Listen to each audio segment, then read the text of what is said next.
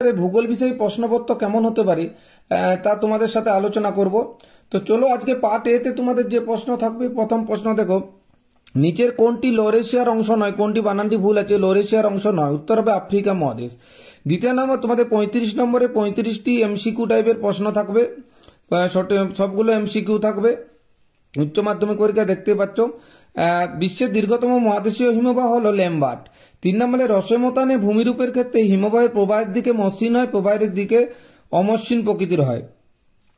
4 নম্বর থেকে একটি স্তম্ভ 1 এবং 2 এইভাবে আছে। ড্রামলিন হচ্ছে উল্টানো নৌকার মতো, এসকার হচ্ছে আঁকা বাঁকা আলের মতো ভূমিরূপ, ক্যাটেল হচ্ছে বরফ গলন সৃষ্ট নিচু গর্ত, হিমশিড়ি হচ্ছে পেটারনেস্টার হ্রদ। তাহলে তোমরা দেখতেই পাচ্ছ এখানে পেটারনেস্টার হ্রদ। তারপর 5 নম্বরে দেখো, ভূপৃষ্ঠের নিকটস্থ ঘনীভবনের একটি রূপ হলো, ডিএরটা হবে এ এবং বি উভয়ই।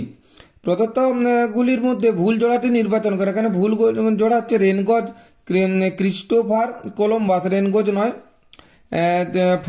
পরিচালন বৃষ্টিপাত দেখো 4 o'clock রেন, এগুলো আমরা জানি, বাকি রেনগজটা ভুল আছে। তারপর দেখো, উন্মুক্ত গভীর সমুদ্রে সঞ্চিত পদার্থকে বলা হয় পিলেজিক অবক্ষেপ।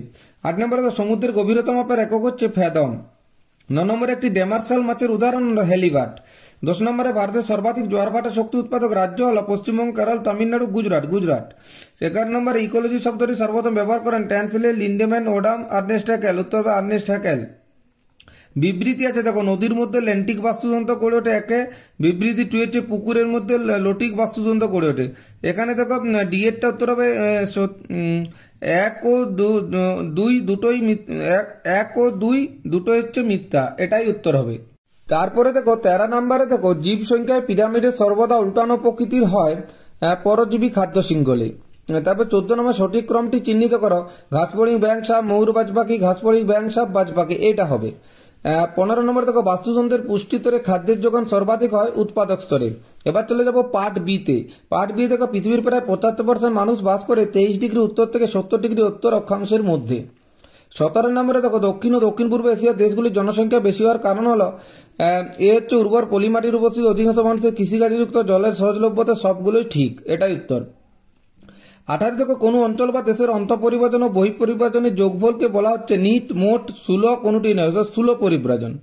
সব থেকে কম জনসংখ্যা দেখা যায় কোন মহাদেশে? উত্তর হবে ওশিয়ানিয়া। কাম্য জনসংখ্যার তত্ত্বটি সর্বপ্রথম প্রকাশ করেন কেনান ও স্যান্ডর্স। 21 দেখো, সমুদ্র উপকূলবর্তী অঞ্চলে যে ধরনের জনবসতি তা হলো রৈখিক জনবসতি। 22 দেখো, বিবৃতি পলিভিত্তিক অঞ্চলে গোষ্ঠীবদ্ধ জনবসতি গড়ে ওঠে কারণ আর এখানে কৃষিকাজ ভালো হয়।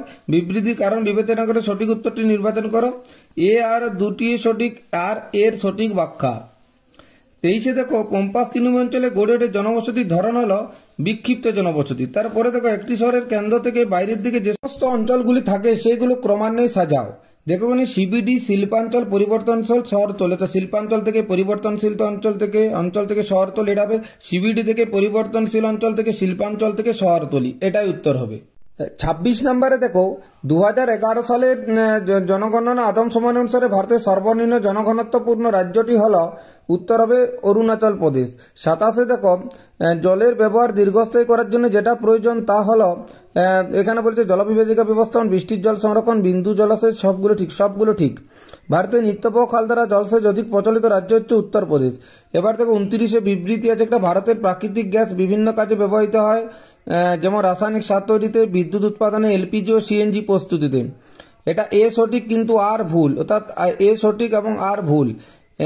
তারপরে দেখো 30 অনুচ্ছেদটি মনসহযোগে পড়া ও নিম্নলিখিত প্রশ্নের উত্তর। একটা অনুচ্ছেদ আছে, তার প্রশ্ন হচ্ছে ভারত ড্যাশ অঞ্চলে অবস্থিত, এখানে সৌরশক্তি উৎপাদনের সম্ভাবনা বেশি।